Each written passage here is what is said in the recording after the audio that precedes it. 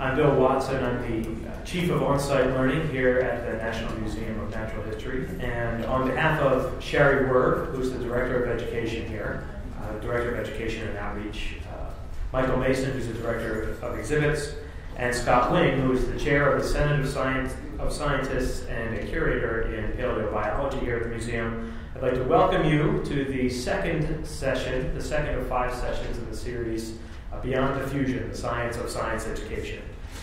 Thanks to funding and commitment from the director of the museum, Christian Samper, and his office, we are able to provide this 5-lecture series that we hope will be a sort of part of a provocative series of presentations to introduce conversations about museum education and outreach and the science of science education, how science educators go about their work and how and where that intersects with the work of museum scientists. So just a kind of a word about how this came to be. This is a collaborative effort among the sort of the public outreach side of the museum as well and the scientists. And as part of the initial conversations about this, John Coddington, who was then the chair of the Senate of Scientists and is now the associate director for research and collections, described the reason for this series as follows. Our idea is to invite the best in the field of science education as speakers in a series of lectures. We'd like to hear about how science education is conceptualized, how it investigates and assesses itself, its verities, its history, and of course, how it specifically incarnates in our own situation. A hugely popular free science museum serving distinct communities with distinct phenologies. So you can tell that came from John. In general, the purpose is to introduce to Smithsonian scholars who basically live and die by their ability to formulate and test hypotheses with data to whatever the analog is to that process in the realm of education and exhibits. So we are happy to be able to provide this series. And those of you who were here for the first lecture are sort of recognized that Bruce McFadden sort of took us down a direction of understanding what and how people learn about evolution in natural history museums. Today we are happy to have Martin Storksdieck with us to take us into the second, sort of into depth on the second topic, which is research methods and surprising findings, how rigorous research and analysis reveals what people really do and learn in museums. So I'd like to take a moment to introduce Martin and then let him take us away on this fascinating topic. Martin Storksdieck is Director of the Board on Science Education at the National Academy of Sciences and the National Research Council, where he oversees studies that address a wide range of issues related to science education and helps coordinate science education work with the academies. He is also a research fellow at the Institute for Learning Innovation, where his research interests are science learning in immersive environments, the role of individual characteristics in lifelong learning, why people pay attention to what they do, what they get out of informal learning situations, and how to communicate complex scientific ideas quickly. So those research interests are very compatible with what we do here and why we do it, and so you can see why Martin is a good fit for this program. So it is now my pleasure and my honor to introduce Martin Storksdieck.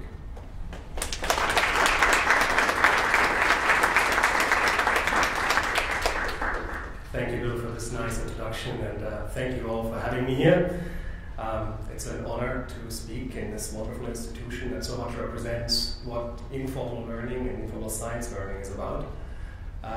And so I hope in the next 1.5 hours, not quite, I think, 1 hour to 20 minutes, to take you on a journey that will answer all these questions. At the end, you will know everything of what can be known about what people do and learn in museums. So now you know I'm a good liar, or not so good liar. But the title certainly is reaching very far, and I hate to say that I will probably disappoint you. This will not be a talk of endless statistics, even though you expected that. Lots of numbers, lots of tables that you have to wade through. And so before we start, though, I would like to know of those here in the room who would consider him or herself involved in learning and teaching at an informal setting. Raise your hands. Almost everybody. Who of you would consider themselves primarily a researcher in the natural sciences, more or less? Very few. Thank you for coming. I hope this will not be terribly boring to you. So with that, for many of you, probably the long title, just to go back, it's a mouthful. Research Methods and Surprising Findings. How rigorous research and analysis reveals what people really do and learn in museums. Okay, so what is rigorous? What is doing? And what is learning? And this talk will probably be more about those three questions than it will be about endless statistics about what people actually do in museums, because that's probably not all that interesting since it changes from place to place, but we'll get to that in a moment as well. So first, rigorous. And many of you probably have. Let me ask you, who of you has actually a research background, meaning has conducted scientific research, no matter what field it is, whether it's about people or about bugs? Who has not? Raise your hands. Okay. So rigorous is an interesting term. It's been thrown around quite a bit, and ever since there was actually a group of people at the federal level coming around called the Academic Competitiveness Council, has been looking into what federal programs on learning should be doing in terms of assessing their effectiveness. The word rigor has become an interesting synonymous term for something you can't do that costs too much and is basically demanded of you so that we can cut your program. And so I'd like to get back to the term rigorous and talk a little bit about what that might mean. The first thing when you think about rigorous is to do and conduct research in some kind of fashion that is truly textbook, that adheres to all the rules of the game, and that really makes sure that all the p-values are okay. If you know what that means, if you don't worry. And so rigor is seen as that thing that survives some kind of peer review process in some journal that gets you a PhD, that gets you not cut from a federal government program. But rigor is actually far more than doing the right kind of methodology to find out whether your bug is this kind of species or whether people learn in a certain way at a museum. Rigor has a lot to do with your thinking about that, the theory that you use. And I will therefore introduce later on in this talk a little bit about the theory and how we conceive of learning and doing in museums, because that is the foundation. There is no point in, and you probably heard that metaphor many times, there's no point in looking for the lost car keys under the street lamp just because there's light there, when in fact you know there's no way you lost the keys there. So, but that's what we oftentimes do when we think of rigor. We look where the light is, irrespective of whether it could be there. So I'll come back to this in terms of rigor in theoretical terms. How do we understand free choice or informal learning in museums? What kind of theoretical framework are we using that will then guide an appropriate way of studying it? That brings us to methods. And you probably have heard a lot about methods one way or another. And in the social sciences, particularly in education, the big question has always been, and still is to my own surprise, quantitative versus qualitative. Am I asking how many, how much, or am I asking how and in what ways? And there has always been and long been a fight between those two strands, but in fact it makes no sense to talk about them as being anything but complementary, and asking different questions leads to different methods that I use. And I mentioned here qualitative or quantitative. It doesn't matter whether it's ethnographic, whether you do portfolio analysis, whether you conduct action research whereby you become the researcher and the doer of the thing itself. It all doesn't matter. All that matters is that rigor is within the method. That I have a valid method, a method that actually measures at the end of the day and proves what it is that I was after. And that I do it in such a way that somebody can follow, that is believable, that follow the way that I do it. Oftentimes in quantitative research, term reliable, and that's a term that's, of course, you've heard in regular language as well. And that basically says that rigor is the choice of the method. I'm using what is appropriate for the situation that I find myself in, and we oftentimes refer to that as ecological validity. This is something that we'll measure. Let's give you a quick example so you know. if somebody goes to the Ocean Hall and you want to know what they've learned, you can't take them to an extra room and say, here's a test, half an hour, written test. If you don't pass it, we'll punish you. Because that's the incentive you need in order to do it. And then we'll measure how much people learned. We do it pre and post. We assign people randomly on where they would go in the Ocean Hall or who should go in there. That makes no sense in a museum setting. Many of the things that we consider to be rigorous in school settings, in general education research, and even there, we doubt whether they're actually appropriate, make absolutely no sense when it comes to what we call free choice or informal learning. Hence, we have to ask ourselves, how do we do that in such a way that it makes sense within a setting of a museum? Now, doing. We talked about doing and learning. The first thing that everybody in a museum is oftentimes and particularly curious about what people do in your settings. And you, of course, know how best to do that. It's very intuitive. When you want to know what people are actually doing, the best way to do that is to look what they're doing. In fact, it's always been my little quip that I say, if you are in the higher ranks of a museum and work there, you should take your time once a week at least, better daily, go to the floor and see what people are doing in your place, so that you get a sense of what it is that your place, your museum provides people with. So one thing when it comes to what people are doing that is important in terms of rigor is whether I observe people and how I do that, many ways to do it, or whether I ask people, right? So I can actually go, and this is complicated, I can go observe people, and observation has all sorts of forms. I don't want to go into much of the details, but somebody can walk into your museum, and you can follow them, called timing and tracking, often done with the consent of the visitor. You actually follow a person. They're walking there in a group, you follow behind, you become a professional stalker with your little sheet in which you observe either by checking categories or by writing out an ethnographic narrative. What are they doing? What are they paying attention to? You can do it in many ways, this kind of thing. And today, technology can help. Now we have methods that I now know have been used in Basel in an art museum, where people got a little glove that measured their skin conductance and their pulse rate, and send impulse to some infrared measurements, and where people could know exactly where you were and what your pulse rate and skin conductance was when you were there. And in this particular case, however, they looked at these maps, printed them out, and created them as art, put it on the wall. One could, of course, analyze this data very differently. But the point is, I observe what people are doing. That has problems. When I observe what people are doing, I do not know what they think when they're doing it. I can stand in front of this picture here for a long time and stare at it. I look at it, and you think this man is paying attention. He looks at this picture, he looks at the feathers, he learned something here. But I might be thinking, duck tonight would be good. We don't know. Observing people's behavior can be done in an enormously rigorous way, and it normally actually tells me a lot of what people do, depending on what my question was, but it doesn't tell me everything, hence I have to ask. Asking people sometimes, of course, has its own problems. Are people telling you the truth? Do they know what the truth is? Actually, they don't oftentimes, unless I give them time.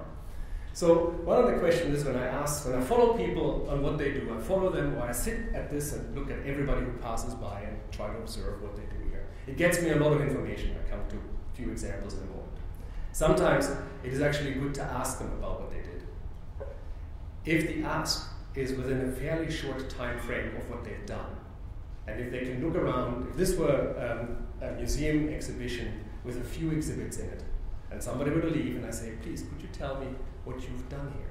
And they can turn around and say, yes, I was just over there, and there was a hands-on exhibit that I really liked, and I played with it for a while, but then I realized it was actually broken, and so I didn't get what I wanted, and so I went to this next one where I looked at the picture. This would work, but you can't do it after people leave the entire museum. They have no idea what they've done. All they know is what they paid attention to or what they remember. So asking people in hindsight what they've done is actually a different question. You ask them what's pertinent and salient to them, not what they've done. And that is what makes it interesting in terms of rigor. It is that you know when you ask or observe, there's always a limitation you need to be aware of. And that will be important for you to know. Give you a little example about the difference between asking and observing. We observed 100 visitors to the US Botanic Garden in that we actually followed them when they entered all the way until they left. I've done this now with about 300 people in museum settings, personally, and had lots of people do it for me. There's nothing more instructive than to actually observe what people do over a time of the entire visit. However, if you don't have months to do it, I recommend that you don't do it with a lot of people. One thing that's fascinating is, as you can see in this, and I'll talk to you in a moment about this, here we ask people, how much of the US Botanic Garden have you visited? In a scale, on the left. Cursory visit, I just passed through. I saw less than half, I saw about half, I saw more than half, and I saw almost all of it, or all of it. And then we looked at what time they actually spent. And you can see in the right that the numbers for some of these categories are rather low, so I wouldn't entirely see this as conclusive. But it actually squares somewhat with the notion that what people tell you they've done, even so simple as where I've been in the museum, and what they've actually done is not always correlated, but it's somewhat correlated. In this particular case, asking what have you visited versus how long you've been there is of course a different category, right? People might have only looked at one room in the US Botanic Garden and spent 50 minutes in there, then left. They did a cursory visit, but they spent a lot of time there. So here it's again the question, do I look or do I ask? The important point here is that there are different questions and different answers that I get. Just as an example, what you get on this kind of data, and then I'll go a little bit into detail, which is actually true for lots and lots of institutions. You normally get a nice distribution. And this is for an entire visit. Now we have on this graph, we have a histogram of a time that people spend somewhere from a few minutes to more than 140 minutes. And that's typical. The spread is enormous. People here may rush through your institution or they spend hours and come back. The important point is to realize people spend limited time and they spend different time in the institution and they never pay attention to everything. So when you observe people, you observe also what they do, where they do it, who they talk to when they do it. Are they reading? Are they touching? Are they interacting? Are they paying attention? We did all of that. And what you learn here is what oftentimes drives curators nuts. People spend little time and little attention, on average, at each individual aspect of an exhibition. Altogether, they spend a lot of time and a lot of attention to the exhibition. But each individual aspect of it, minimum. People spend on average a little less than 2 minutes on exhibits in any setting, anywhere in this country, in museum exhibits. That's average. Average doesn't mean anything. People spend very little time reading labels. In the US Botanic Garden, we found that on average, 5 to 10% of the labels that people had been writing with so much passion, and there was so much fighting going on how much should be on the label, right? You know that. You're in a similar kind of institution. Should you explain what it is that you see, or should people have the pleasure to explore it themselves? Does it disturb the beauty of the element that is there? Anyway, they had the same discussion that probably you have as well. How much label writing should be there? And it came out that people overall read a lot because they spend a lot of time, because there were lots of labels. But each individual label was maybe attended to by 10% of the people. Is that bad? No, it's not. People choose what they're looking at. People choose in this institution what they're looking at. And I think that's important to remember. It's not a surprising finding, you know it. People vote with their feet. And if they vote, if individuals vote against the thing that you are passionate about, that's okay. Some people vote in favor of it. The point is not on average how much people spend at yours, but who spent and why. And if they spend time at your particular institution, in your particular exhibit, then did they learn? Did they gain? Are they better off? That's the question. So instead of going into lots of details here, the point really is that average numbers don't tell me much. Distributions are important. Observing and asking are two ways to find out. Now we can actually observe without interfering. But we have to keep in mind that people are very individualistic in the way that they choose and put together. I compare that to basically, you remember an album? People used to sell CDs and albums where the artist had a list of music songs that they put together painstakingly, hopefully, sometimes just randomly, in a sequence, and it had meaning to the artist. Today we have MP3 players. We put the music together as we see fit. That's what visitors do.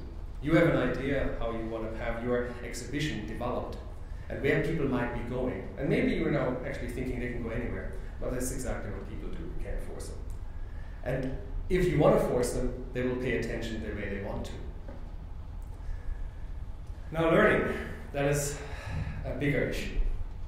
Before we talk about learning, I want to basically just talk about two different things that have to do with learning in free choice or informal settings, in museum type settings. And because this is the Natural History Museum, I want to talk about science learning. That may be more interesting to you than, let's say, art, which is different, but one thing I want to talk about is the 6 strands of the book Learning Science and Informal Environments, a summary of what we know at this point in time about informal learning that has been written and done by my board on Science Education, by a committee that met for 3 years to wade through 2,000 references and then came up with what we know and what we don't know. And part of this was a sense of what scientific proficiency means. Another model to think about informal learning is that of John Falk and Lynn Dierking, called the contextual model of learning, which is less a model of what proficiency is and more on what contributes to learning in a setting like a museum. Let's start with the learning science and informal environment. First of all, if you don't know, if you're interested in learning, just a cheap plug to the things I do now. The National Academies is not known for bringing out reports that are at the cutting edge. The National Academy brings together experts to come to consensus on what we know, what we kind of know, and what we don't know. These are reports that come out of this process. What is written in these books is what you can rely on, more or less. It may change over time, just like every scientific knowledge changes over time, but for the time being, these are good places where you can get good summaries of how people learn and how best to teach. And as you see in the right lower corner here, learning science and informal environment is one of them. This one focuses on your institution. But out of that came a definition of what we believe science proficiency might look like.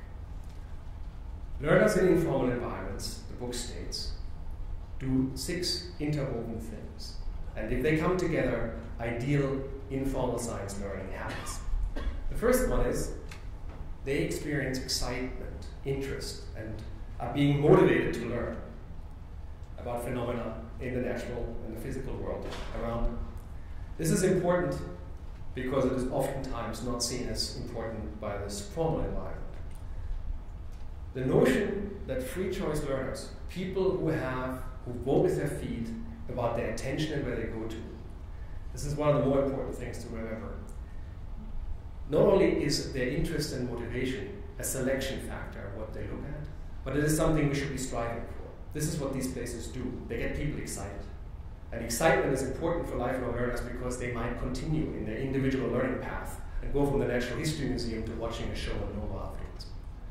We are not in the business of saturating people with knowledge so that they leave this place exhausted and they want to never do this again. We want them to leave this place being curious and asking questions. And that is an important difference between, unfortunately, what schools these days do and what they should be doing and what we can do better than schools. We can excite kids, we can excite adults. Now, that doesn't mean that scientific literacy for informal learners is all about feeling nice about the world. We actually want them to understand the concepts, what we normally refer to as the facts. We want them to generate, understand, remember, and use the concepts, explanation, the arguments, the models, the facts related to science. Facts is only one word. A bunch of other stuff is here. that we are looking at. So it's not a simple model of learning factoids, as I sometimes say. So I leave the Natural History Museum knowing how heavy a mammoth may have been. It's probably more interesting to ask myself, you know, well, what is that mammoth? Why is it extinct? Where did it live? You know, what was the environment like when it lived, and so on and so forth. Now, the next thing that a scientifically literate person, even in informal environments, when they experience it and when they are, have as an element of their literacy, is the ability to manipulate, test, explore, predict, question, observe, and make sense of the natural and physical world. What does that mean? We want them to explore themselves, the world. Not just be told how the world looks like, but explore for yourself. Be able to actually find these facts yourself, make these connections. The next one, and that is in schools, certainly, oftentimes. By the way, number 3 is, of course, what science museums and science centers are particularly good at, right? In your place, people cannot normally mess around with things, that science centers do a better job, but they can see authentic objects, they're being shown data that they can look at, all sorts of interesting things you can do when you're in this place. Now, what's also important is the idea that learners realize that science is more than facts, that there is such a thing as the reflection on the processes and the institutions of science. It's basically the nature of science. But also my own learning. Learners need to learn how to learn and know about their own learning. They need to know and should know what knowledge is and how we can know about the world. 2 big words, ontology and epistemology. What is true and how can I find out? I don't necessarily expect a learner to reflect on big words, but to have a self-reflection about what science can do and what it can't do, what I can learn and what I can't learn. When can I learn and find out, and when do I rely on someone else as an expert? In fact, lots of people come to your museum because they rely on you as experts and they trust you. And so that is one important thing. Next one is what now becomes increasingly more what we call citizen science, is the idea of letting learners become part of science, use the language of science, and actually generate and be involved in scientific research themselves. Oftentimes, this is done as citizen science. The big example that many people know of is the Cornell Lab of Ornithology's various programs. One is Pigeon Watch. I'm not sure this is actually done here. Bill, is anybody doing citizen science in this place? Not yet? Not systematic. Not yet. There are lots and lots of different types of ways in which regular folk are being involved in conducting research. Anywhere from helping variable stars observation to looking at the way that the stability in pigeon worked evolutionary over time, to where what kind of bird lives. Lots and lots of observations. And it's more than, so to say, harnessing the mass of people out there that are happy to help in research. That's been done now quite a bit. But it's also more and more empowering citizens to take up their own research, oftentimes in environmental issues, to then go and help themselves in their own community. And then there's the last thing, oftentimes referred to as identity. To think about yourself as a learner of science and as a doer of science. Potentially for children, it's oftentimes seen as helping them become interested in science and become a scientist, or become somebody who can contribute to science, a career, and so on and so forth. I see it very differently. I see a ballet dancer. I see somebody who has nothing to do with science in their private life. Ballet dancer. Why would a ballet dancer need science? Well, because there's lots in your health and the way that the human body functions that is useful to know about when you jump around a lot and lift and what have you. And it's good to know the motion, the forces in motion and so on and so forth, Newtonian physics, and knowing about the skeletal function and the muscles and the fibers and so on and so forth in your body is very useful to know. And so you don't have to be a scientist to have an identity and think yourself as a scientist. There's lots of places that we want people to make a connection to science and realize that it's useful in their life. So these are the 6 interwoven strands of science proficiency. And then there's this other thing. What can we expect people to know? You probably have seen or heard about my own private universe, the notion that graduating students from Harvard University could not explain the difference or why there's winter and summer as they graduated. That may have to do with them having celebrated too much. But there's also a fairly infamous way in which a Nobel Prize winner in chemistry, who for good reasons remains unnamed, told in an interview that he just a year before heard about plate tectonics. What this suggests is people know where they want to know, where they need to know, where they're interested in. There is no such thing as a broad scientific literacy where everybody knows a little bit about everything. The survey course in science is not what makes us literate. What makes us literate in science is when we have to, when we need to look up things because a friend gets ill, when we're a gardener who is interested in growing flowers, when we have pets at home, and so on and so forth. When we're amateur astronomers know in a certain time of astronomy, we have a nice function. The longer you're a member of a club and the more outreach you do, the more you actually know about astronomy. So knowledge is very specific to a person's interest. And without going into this too much, when we learn in lifelong settings, there's lots that we learn. And just in the cognitive part, the head, there's a difference between getting a deeper understanding about how things function versus becoming simply aware of there is a phenomenon that I should be paying attention to. These are different ways of thinking about it. Affective parts are very important to people. Developing beliefs and attitudes, concerns, and so on and so forth.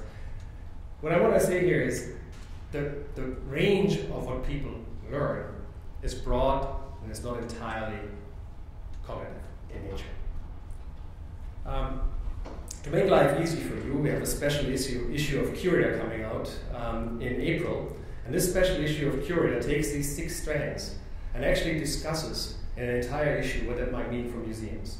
So look forward in your library. I don't know, does the National History Museum have Curator? So this is a special issue entirely devoted to the discussion of these 6 strands and what we found in learning science and informal environments. So look forward to this. This might be interesting for you to read. That said, it tells you what we consider scientific literacy to be in informal settings. There's another part to think about it, which is how do we become scientifically literate, or how do we learn in informal environments? And I want to point to colleagues of mine, John Falk and Lynn Dierking, and their contextual model of learning. I have my own one, but it's not good to bring your own in this kind of thing. What they basically claim is we can understand what and how people make sense of a place like this if we understand the personal context with which they come in, the socio-cultural context, and how they experience a museum through people, and the physical context, not a very good term, in the way that which they learn has been presented to them. The personal context, people come in with prior knowledge, prior experience with your place, interests and learning styles, their own perception of choice and control, what they can do and how they do it, and their motivations and expectations. Why am I here? What is it that I want to do? And by the way, the next talk, not the next talk, but when John Falk is here to talk about what we learn about visitor identity, he will talk a lot about segmenting your audience by their expectations, by their motivations, and primarily by their situated identities. Who am I, and what does it mean for how I visit a place? I want to give you a quick example. When I'm a parent bringing a 3-year-old to this place, my experience is very different from when I come with a young other person that I'm on my first date with, and I want to experience that person in relation to what I'm interested in, versus I'm here because I'm highly interested in this place and I actually want to learn about dinosaurs or something like that. The difference really is, in one place I'm chasing a 3-year-old and I hardly have time to look up. How much can I possibly learn? But I want to do this. It gives me great satisfaction. In the second example, I'm bringing my date to this place because I want to do something useful. I want to learn about that other person, mediated through this experience, but I focus primarily on this other person. Will I continue to date this person? And actually do that. You would be surprised if you observe people coming to this place and any other place, how many dating couples are coming to museums. It's quite astounding. And then the other alternative, of course, is I'm coming here because I'm truly interested. I'm coming as a small club, a bunch of adults. Or I come as a parent who is interested in having my 12-year-old learn more about science. And in facilitating this learning process, I'm actually interested myself, and I will do a lot to help my kid and learn myself. So it's very different. That brings us to the socio-cultural context. That basically means I'm here in a group and I will interact with somebody else. And what I just explained is how these interactions may influence how much I learn and what I learn, what I'm paying attention to. But it's also facilitated by others. You have interpreters, explainers, and maybe a program. And as an example, as you probably know, an interpreter on the floor, maybe not here, can be very sensitive to what people are asking, or it can be a person with an agenda who talks at people endlessly and ferociously until they're cornered, can only do one thing, which is flee. We have that phenomenon quite a bit in lots of museums. It's actually quite difficult to be a good interpreter that captures the interest of the visitor and lets the visitor go with a question rather than with annoyance. So. And then there's, of course, the physical context, how you set up your place. What's important here to realize, and it starts with the design of the place, there's one thing here that I will talk about in a moment, subsequent reinforcing experiences and so on and so forth. But the main point here is I'm setting up this place, I designed it for learning. And there are lots of components of that design that we know about are helpful. I'll give you an example in our research that we did, I'll talk in a moment about. We followed 200 people to the California Science Center's World of Life exhibit. We interviewed them before in a comprehensive way, what they enjoy in museums. We actually did learning tests that are appropriate, hopefully. We followed them through the experience. We noted everything they did, literally everything they did, how much time we actually rated, how much they were engaged. We also took the time. We looked at who they talked to and how intensively they talked to people. And when they left, we did a post-interview with them, asking them more about the place, asking them about their learning. And what we found is the one factor that we could link learning pre to post to what they actually done. Just as a hint, that's not something you do in a weekend. It took 3 months to get the data. But when you link these, the one thing that was most important for learning was what we call an advanced organizer on orientation. That was the strongest connector to learning pre to post, other than the pre-learning that we provided them with because we interviewed them. But the advanced organizer, the thing that I tell people what to expect and give them a conceptual framework from what they might be learning here, the bigger picture, the big idea. I provide people with that big idea, and I then orient them to the space in which they learn. It's the strongest predictor for learning that we had in this particular exhibition. It might not be true here. As an example, Ocean Hall in this institution. Great place, but very complex. As a three-dimensional space, enormously complicated, and as a visual experience, thrilling, but also mind-boggling, right? Lots of stuff going on here. An advanced organizer research would suggest that you have as many places as possible that orient me to the space, particularly in the middle of the space. People come in from lots and lots of directions. They walk in, they don't know maybe where they are. There's lots of ways they can go. Finding a place that tells me, here's the big idea, here's where you find it, and to repeat that over and over may actually help people orient themselves, as an example. But the design is very important. We know it's important how people feel in the space. But what's important, more important than any of this, is that each one of these factors in the research we did, in some ways or another, influenced learning, but none of them influence everybody. Visitors are so diverse that for some, an advanced organizer is important, for another person it is not. We have people who systematically go through this place. We have people who basically randomly walk. They don't want to have the overview and where to go. They don't take your map. They don't care where they're going. They're foraging in your place. Advanced organizer doesn't help at all. Other people get nervous. They don't like ambiguity. So what they do, they need a map. They need to know where they are, and so on and so forth. So what this means is basically each one of those we found is a significant predictor of learning, but in a very small way for some people. None of which is a silver bullet. Now, when we want to measure learning, we have to kind of come away from the notion of what we learn. We go to how we learn, and most importantly, we ask ourselves who learns what and why. And in terms of measuring learning, we need to remember that we have free choice settings.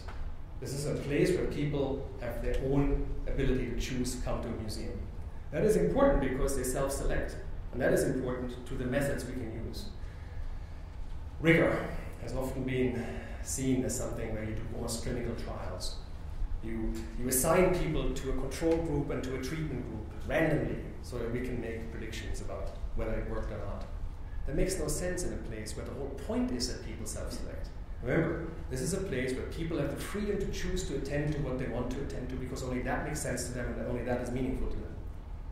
Forcing them into treatment groups and so on and so forth makes no sense. The other things that we already now realize from observing what people do in places is that they show limited engagement with individual things that they do. Some engage strongly, many engage little.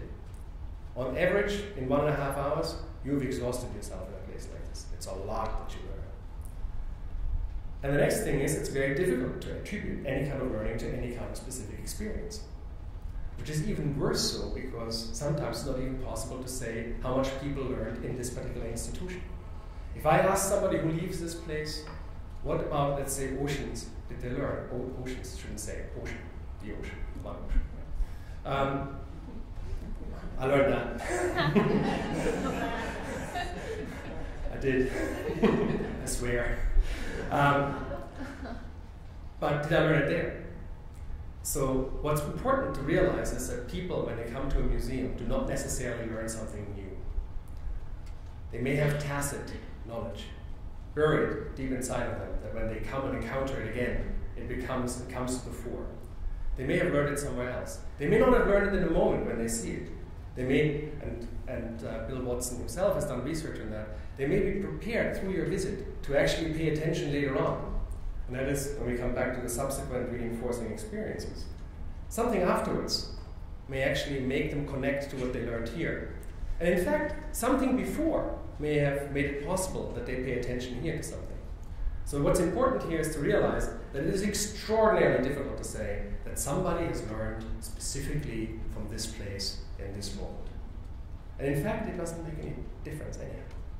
People have individual lifelong pathways of learning that they connect what they've learned somewhere together to what is important to them.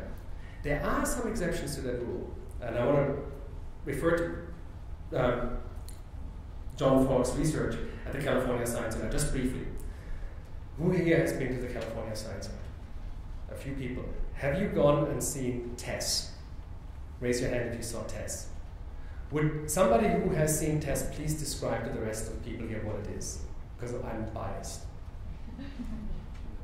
What is TESS? Yes? It's a large woman. A large woman. That is maybe a misleading initial characterization. Who has a robotic arm. And I can't really describe it well. I thought somebody else would raise their hand. Let me, for the sake of time, a 50-foot animatronic robot woman who sits in a dark room at the back of the World of Life exhibit with a screen where a small character, an animation character, which in my mind is extraordinarily annoying, interacts with, and there's a girl that plays soccer, and the animatronic woman represents the soccer playing. And in 15 minutes, this one goes through an extraordinarily loud and engaging, I would say, little children sometimes cry and run out, experience that hammers into the head of every visitor. I'm talking hammers into the head of every visitor what homeostasis is. Homeostasis.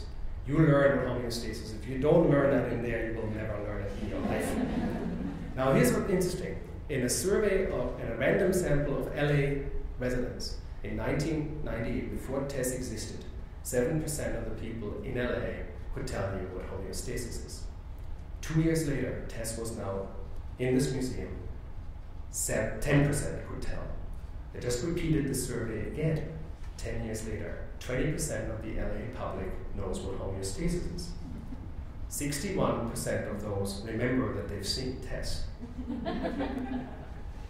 Now, is it important that we know what homeostasis is? No, but this is a marker. It is a marker that allows you to attribute that indeed a museum like yours or the California Science Center can change the way people think about the world. Now, this is an extreme case, and it is a marker like you will never find one before. In fact, nobody has so far come up with a better marker that you can use, for instance, in another kind of museum. Because, but here's the kicker. When you ask people where they learned it from, what do you think they say?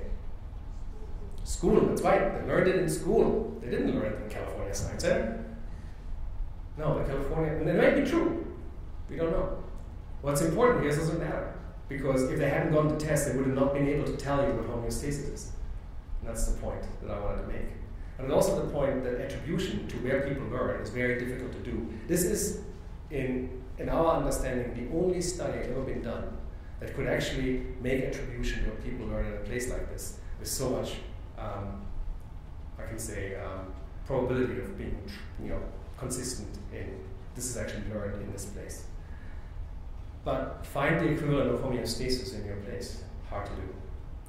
By the way, and what flying dinosaurs are, little children already know that. It's hard to say whether a pteranodon is I'm not even sure what it is. Somebody can tell me. But are these really the initial... little children already know that pteranodon is not leading to birds. Let's put it this way. So you can't use that as a marker. So attribution, difficult to do, but there is an influence on a community. And I talked about this already, so I want to be very brief. What's important here is that when you measure what people learned, in some ways or another, doesn't matter. You cannot violate the expectation contract they're coming in with. People don't come to a museum to be tested. If you test them, you change their experience.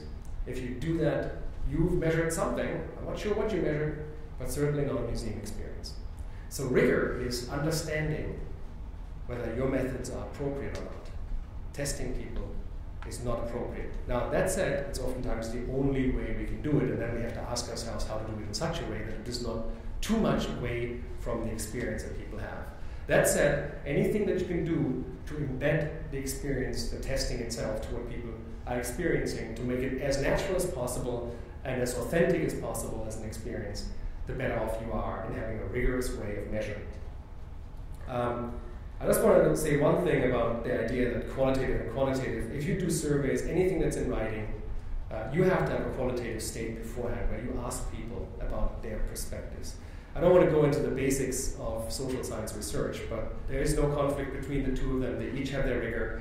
In qualitative research, all the effort is at the tail end. In quantitative research, all the effort is at the front end. In order to get a good qualitative instrument done, you have to do a lot of qualitative research, or else it's not good. So that's my little thing. I was saying that you can't really do clinical research in a museum, and I would stand by that. It's very hard to do, but I know that people are doing clinical research in Germany at this point in time on authentic objects.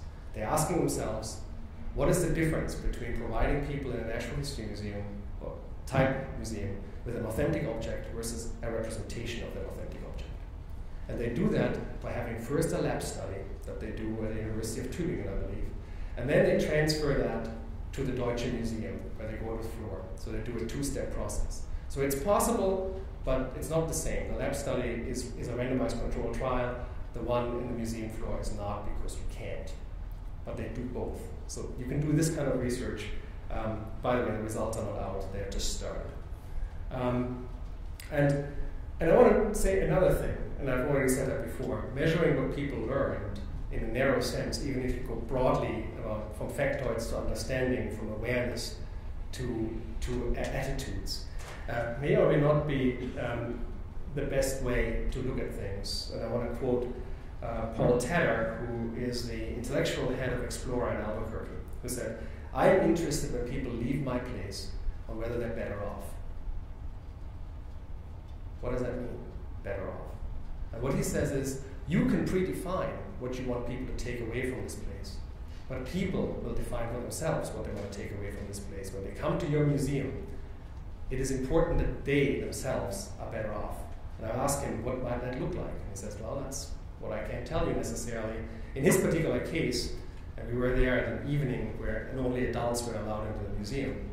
Jazz music was playing in the middle, and you could see these people. And he said, what I want people to see and realize, these adults, is there's still a curious child inside of them. So he was interested in having people explore their own curiosity. And you can measure that. But what's important here is that if this is what you're after, you don't measure learning through a test. Just briefly, I talked about a study that I want to go into just in a moment, and that was the idea that we conducted a very extensive research study at the California Science Center World of Life, where we wanted to find out whether the contextual model of learning holds true. How do you test a model? In this particular case, you test it quantitatively. We actually had all measures together, pre-interview 17-minute long, post-interview 16-minute long, and on average 47 minutes of visit and more than 200 people. At the end, it was 192 people in a pre-post sample. What did we find? We found that everybody learns a little bit. If you have a broad way of measuring learning, and what this says is, go in a moment, if you have a broad measure of learning, you will find that someone will have learned something. Is it a lot? Maybe, maybe not. We had multiple choice questions about living things that came from a California textbook. We asked people in open-ended questions about what it is that makes things alive, because that was the focus of this, in multiple ways. And we conducted what is an equivalent of a concept map, where we allow people, there was living things in the middle of a piece of paper, and we had people brainstorm what that means, and then dug deeper into their understanding, making links. And then got measures for that are more quantitative, and about how much they can talk about it, which we called extend the verbosity with their answer. We asked how many categories they touched that were actually valid when thinking about living things. We then asked ourselves how deep they could argue about this. And overall, we gave them a score about their mastery. And what we found is that in some ways, some of these increase. We also found that everybody learns in each one of those categories. Someone learns in one of those. Now you can see, how is this rigorous? This is not rigorous. There's not one big good measure of learning. Well, it is rigorous because it understands, if you have to measure learning, that learning is so diverse for visitors that there's no way you can have one indicator that actually captures everything, which is also what's so difficult to do. We see that depending on how you measure it, a high percentage of people increase their score. But when you go across all of them, everybody had one at least to go up. So people learn. But we also realized that learning increases if you come in with little knowledge. It is probably not surprising to you, but the less you know, the more you will learn in this particular setting. Not surprising. What it is, however, is what one needs to realize is that the way we measured it, if you already had high knowledge of living things, you experience a ceiling effect. We couldn't measure how much further you can go. You knew already it was there. What's interesting about this, as an anecdote here, but we found it over and over again, people who already knew the content of the show, of this exhibit, learned how to communicate better. We had people who were experts in the field come in, and their explanation, they scored top of in pre and post. There was no way they could improve. What they talked about, however, then is that they were thrilled by the idea that you can communicate that which they couldn't communicate. And now they can go home and explain it. They would bring their family, they would bring their children, they would bring friends to this exhibition because it would allow them to communicate something that is a passion to them to other people. Again, it's a notion of what people learn may not necessarily be that which is what's on a list of learning outcomes that have been developed in the beginning. Another thing we found, can you see the lines? So we did 200 people pre-post, and 1.5 years later, we phoned up 50 of them to see what they still know, what they still remember. And just as a precautionary, when you call people 1.5 years later and say, I am from the California Science Center, cluck. Why might that be? The first thing they think is, you want to have money from me. So we changed the course of asking them. So now we said, hello, so-and-so, you were visiting the California Science Center. No, I didn't. What we realized is that the response ranged anywhere from, hello, I'm Martin from the... Martin? Really? We just talked about you. You kind of wonder how much you influence the data when people remember you after 1.5 years and had a conversation with their daughter about the experience they had when you interviewed them at the museum. To, you were at the museum. No, I wasn't. Yes, you had a red sweater and you had spilled coffee on yourself. Really? I was there? I don't think I've ever been there. Yes, you were there with your daughter and you had your 2 cousins come with you. It was a rainy afternoon and you said that you had to take time off from work because the basement was flooded. Oh yes, that's right. That's right, I was at the California Science Center. The difference is stark. What people remember is extraordinarily different. The same thing of what they did there. What have you done while you were there? Initially we thought we can show them images and say, look at these images of the California Science Center, what have you done? No resemblance. Absolutely impossible to have people remember what they've done. What worked actually much better is to say, close your eyes. It's 1.5 years ago. You're at the California Science Center. I just interviewed you. You were getting antsy. Your child is already getting wanted to go inside. Now you get up. You go inside. You stand in front of this big plate. Tell me what you're doing. Move inside. Tell me what you're doing. That actually works. Believe it or not, it's the best method that we found to get people back in time. Yet it is only what they remember. We found it interesting. We haven't published that study. Interesting what people remember from the visit and to what degree is that connected to their own personal life. A woman who told us they have a fetus development section, nicely sectioned off so that not everybody has to see it if they don't want to see it. And the way that people remember this place has a lot to do with how their relationship is to children, whether they have children. There were women who talked about having miscarriages and seeing what that looked like, and it's really stuck in their mind, whether people were in favor of abortion or against abortion. Things that are of personal relevance is what people remember. That was important.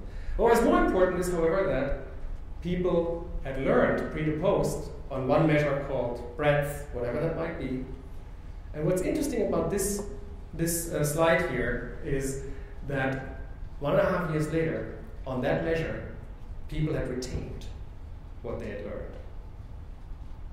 With one exception, family groups. What we find in informal settings is a very simple way in which people learn.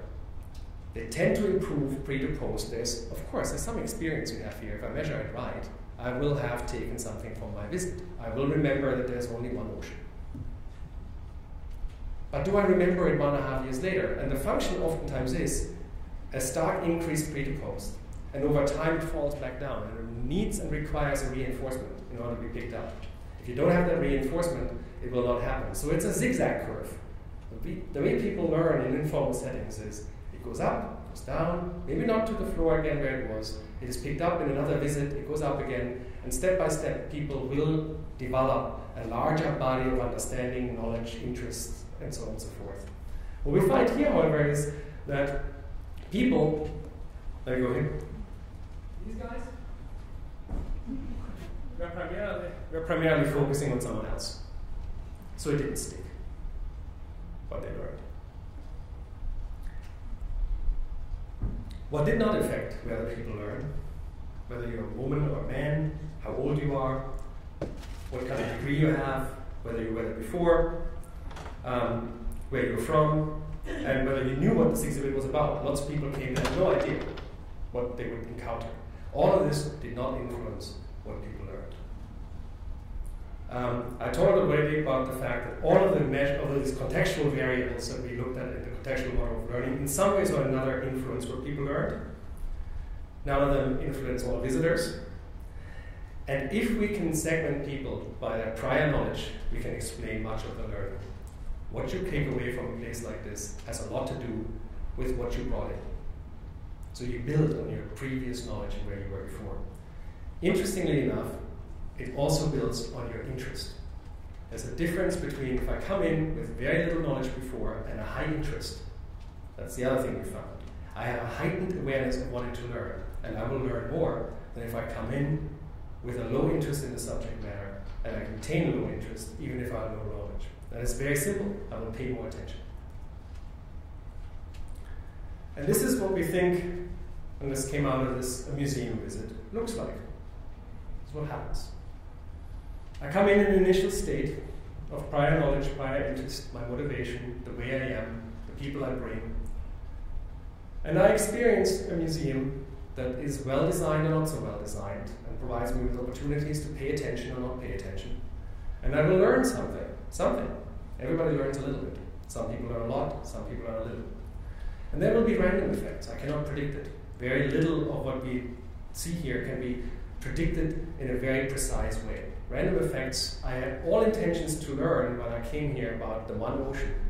But unfortunately, I missed that one thing that explained it because my kid took me to some other place. Random effects play a lot of a role in what actually happens in museums.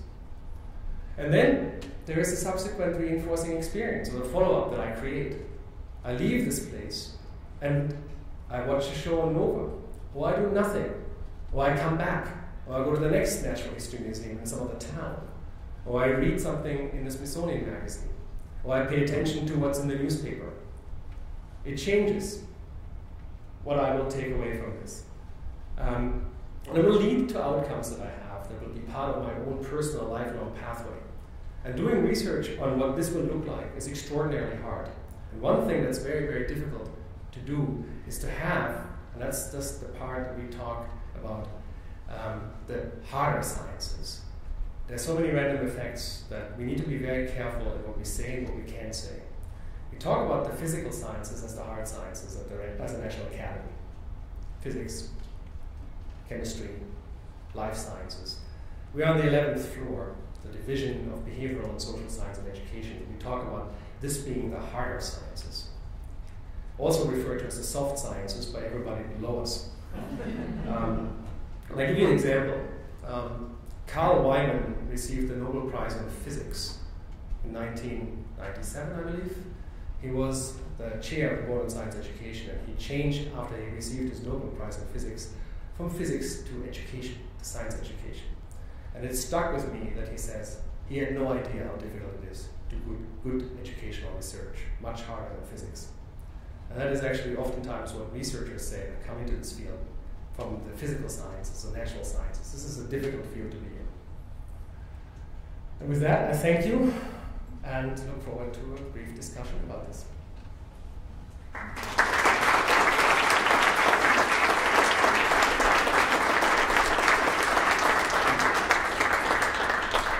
As a German, I learned that it snows sometimes really hard in Washington. I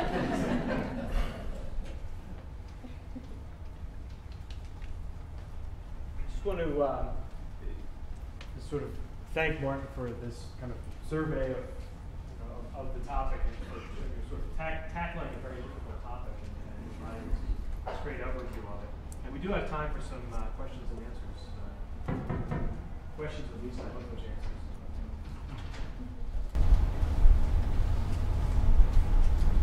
Hi, I was just wondering if you had any research on what the websites, usually every exhibition has a website completed, and as far as the, I think you said the orientation and also the subsequent learning. Right. So, what do websites do?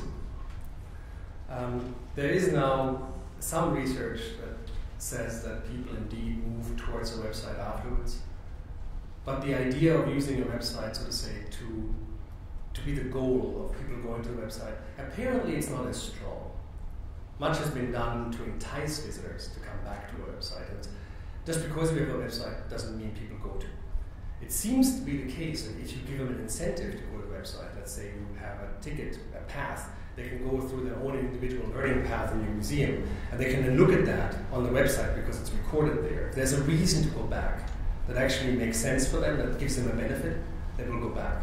But just to like follow up, it doesn't seem to be working all that well.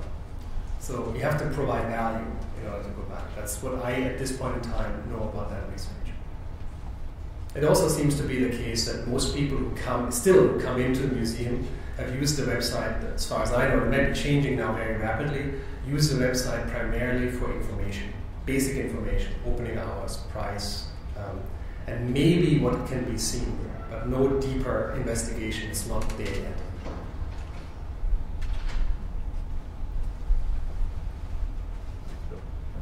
Just wondering, when you asked about preconceptions, did you ask about the content of a particular exhibit, or did you ask about a preconception of the institution they were coming to?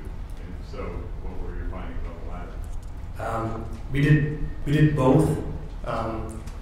The perspective on the institution was not measured directly as what do you think about this institution. We basically asked whether they had been here before. We don't have a measure necessarily for how they think about the institution. So in that sense, whether they had a previous experience with the institution was the only variable that we were using, not how do you think about this institution. This is what your question was. Right.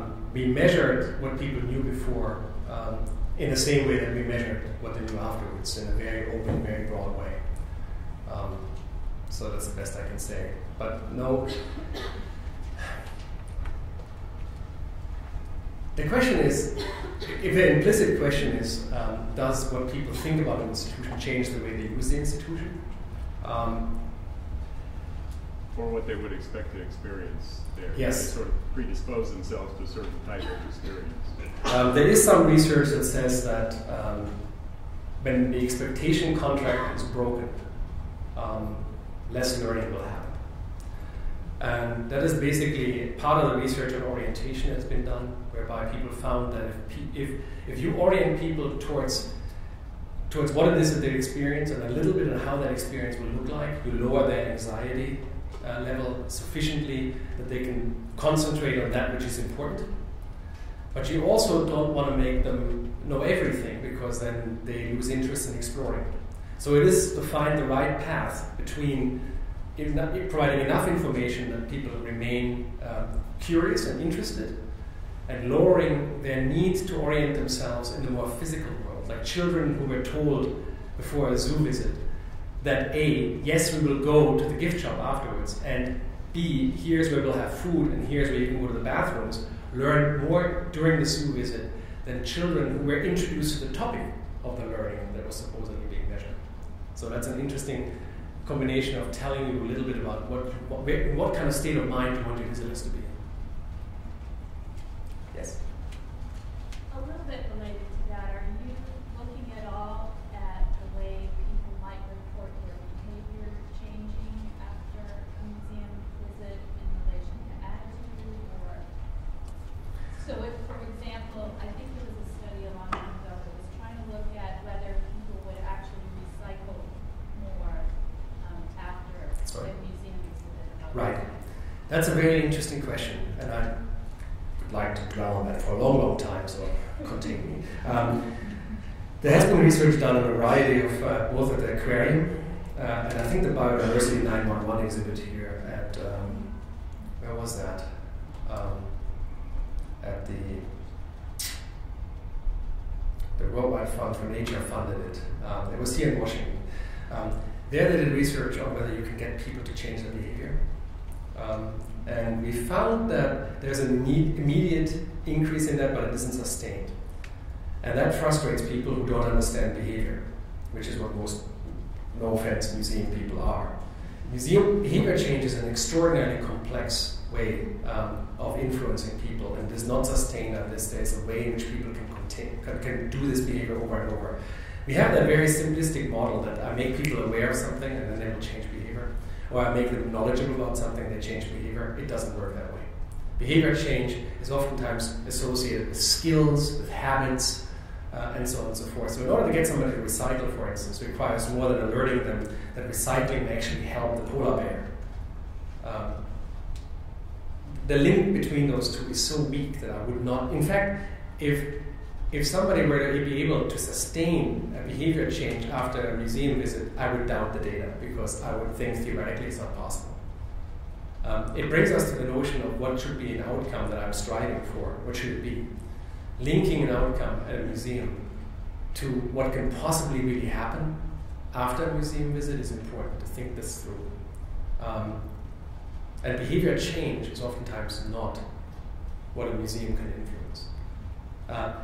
Behavioral intention, or if I could do a behavior change like this nifty one that do at the Chabot Space and Science Center in Oakland, where they basically create the behavior change as part of the exhibit experience and then carry it over to the web. So children will go through Bill Nye, the science guy, and will go through activities that will lower their carbon footprint.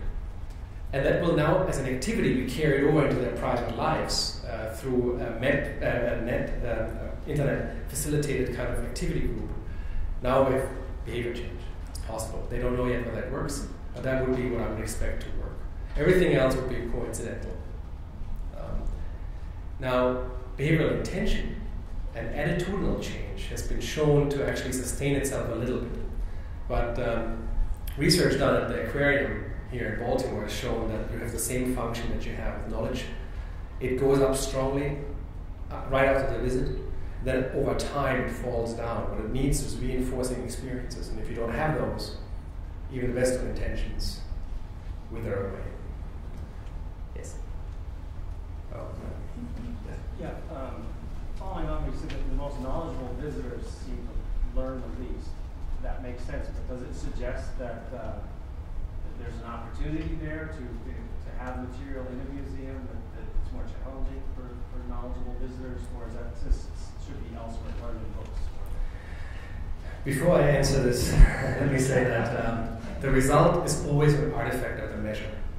We measured in ways that allowed extraordinarily knowledgeable people not to express a gain in knowledge. So we created probably what is an artificial ceiling effect. And again, the question is, if you go to an exhibition that is geared towards 10 to 12-year-olds, that talks about the basic functions of life, that you know about, reproduction, shelter, you know these things and you know how the body functions and so on and so forth. The question becomes, is it for you now to pick up a little bit more of a morsel of learning? And one could argue, one could challenge these visitors more. And I would probably also argue that it's possible, but are they really after that?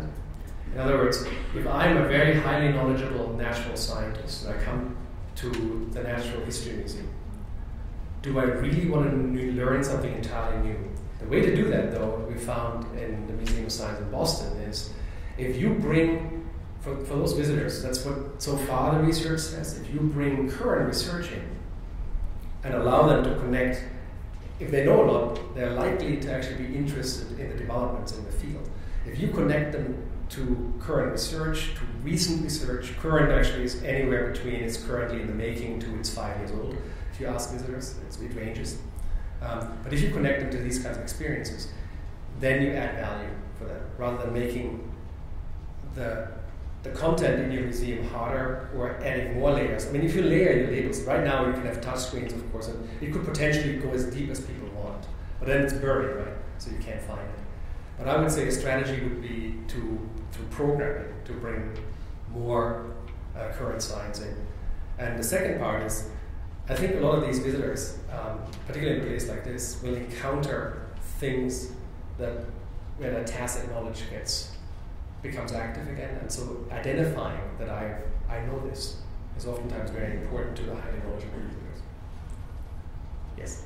Are there data on the effect of the number of visitors or the density of visitors on what they come away with? This certainly for here, with over 7 million visitors, you casually observe that when you walk through the hall on a busy day, people are just bumping into each other, and I would imagine that there'd be stress associated with that just the overwhelming signal is just the other people. But it's not their data that speak to that. In our case, crowding did not make a difference, but that's because it was never so crowded as to truly create impediments for people's learning. If you have true impediments for learning, in other words, people actually can't go to where they want to go, and if it becomes a truly confusing environment, I would suggest that yes, it will probably make it more difficult for people to pick up ideas. So yes, it becomes a problem if it's really, really crowded. But it has to be so crowded. And I don't know how often it is here. Most museums don't have that problem. You may be in a particular situation where that's the case. But most museums, as a former evaluator, we were always told, come to the museum, they're expensive, and do your data sampling, do your data collection when lots of people are there. And guys, when is that the case? And they tell us. And then when we come visit, it's not so crowded. They say, it's an exception. This time it hasn't quite worked out. Now, since every time I go to a museum it's an exception, my assumption is it's really never totally crowded in most museums in the United States, which is okay. But yeah, it has to be extraordinarily crowded in order to actually change. Give you an example. You never quite know because people pick up in all sorts of ways. It is a self-defeating strategy when you have a hands-on interactive science center. In this particular case, crowding is a self-defeating. The more they get people in, the more it's a self-defeating strategy. In a place like this, it's amazing how much people can pick up even standing in the third row looking at the diagram. We have no real indication that standing in the first row or the third makes much of a difference in the kind of learning that people pick up here. So that's it.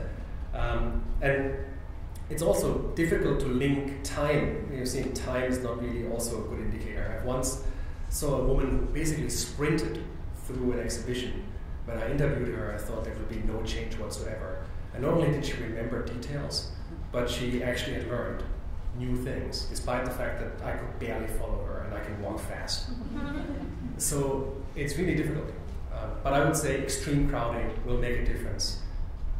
But does it make a difference in your place? I'm not sure, because you can pick up so many other things by looking even from a bit of a distance. Yeah. Are the methods and the metrics, whether qualitative or quantitative, in this field widely accepted such that people are building a set of data sets that would enable some sort of meta-analysis? This field is currently making leaps. Like I've never seen a field make leaps. So what happens is right now it's not the case, but we are getting to a point where I think there are 400 or 500 evaluations now listed on informalscience.org. The National Science Foundation has made considerable investments into this field.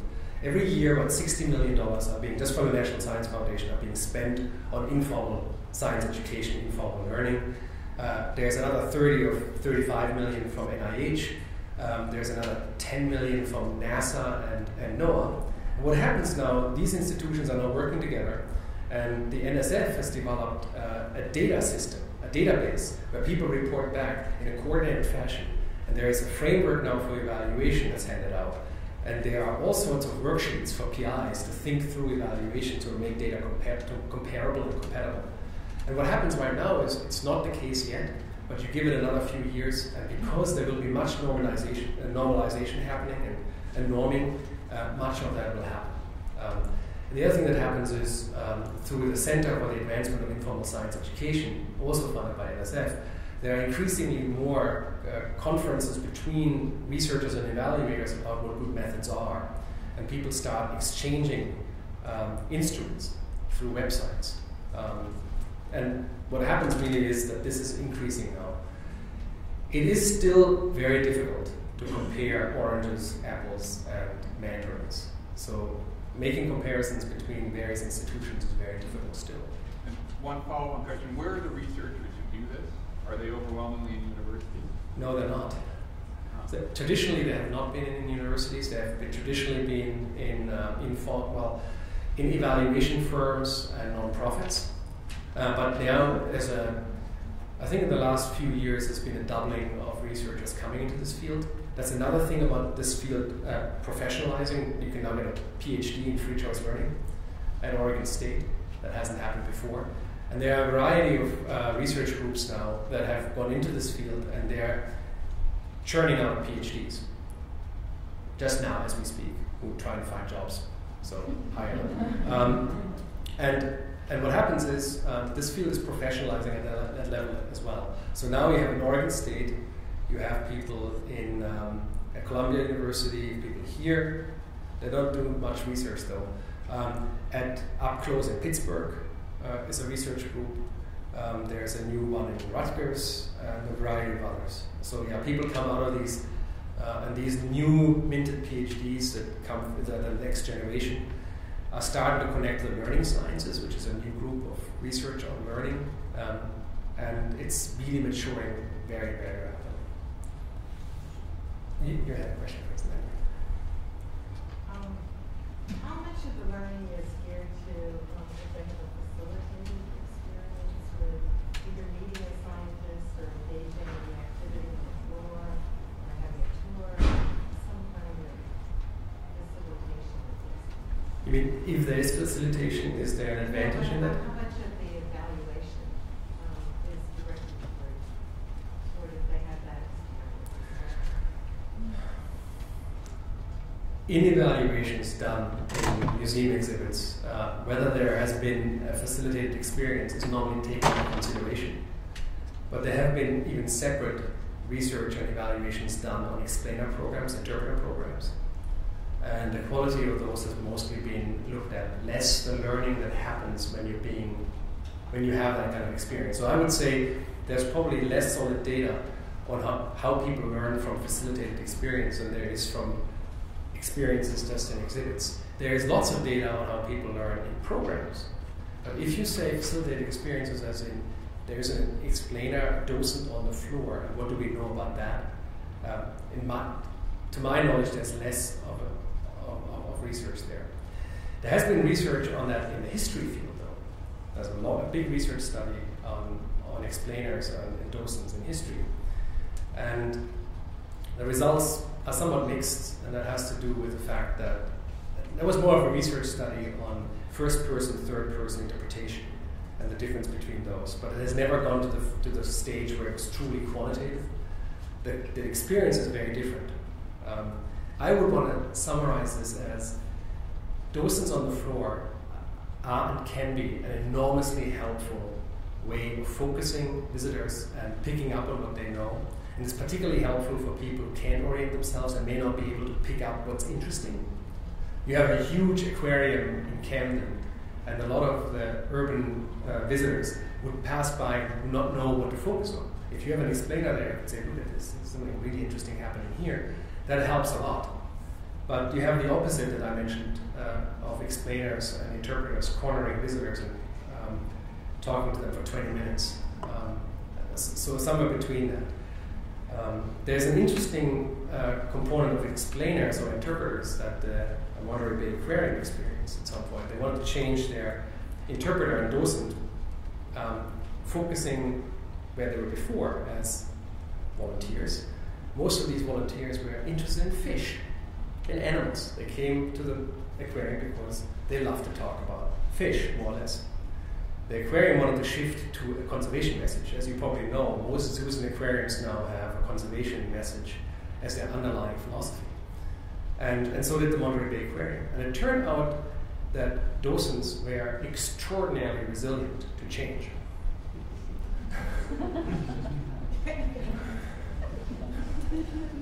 Which means it is actually, it's difficult to have people who are volunteers to talk about something they don't want to talk about.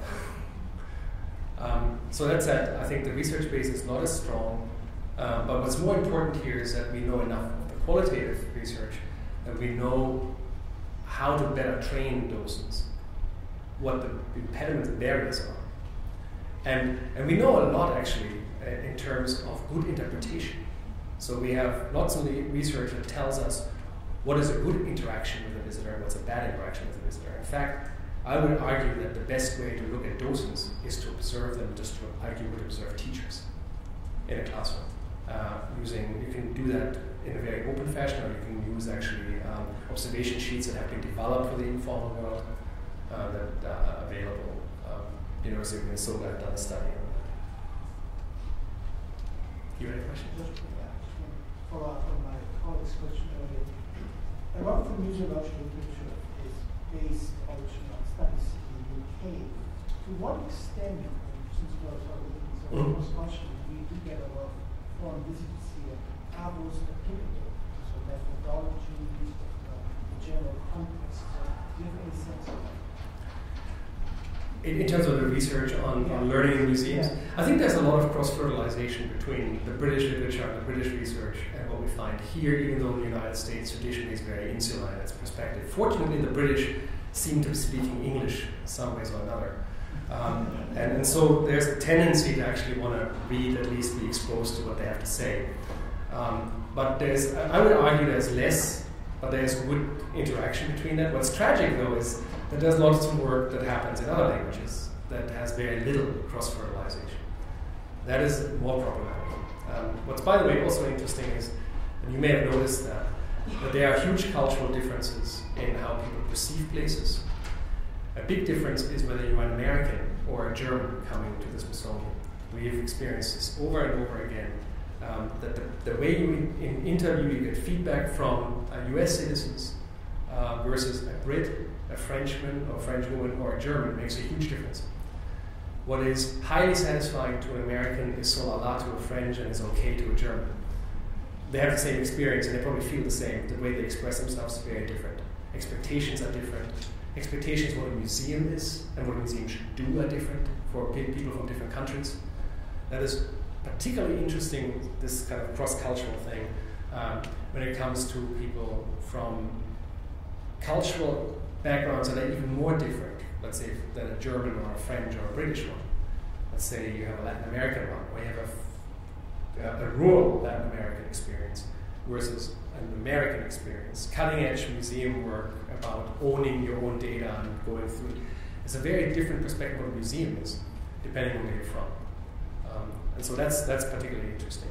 But the research from England influenced what we do here. It's been read. But they do their own thing as well. But I say the big thinkers are there. They come to our conferences, we come less to their conferences. I just want to thank Martin again for his time and his detailed.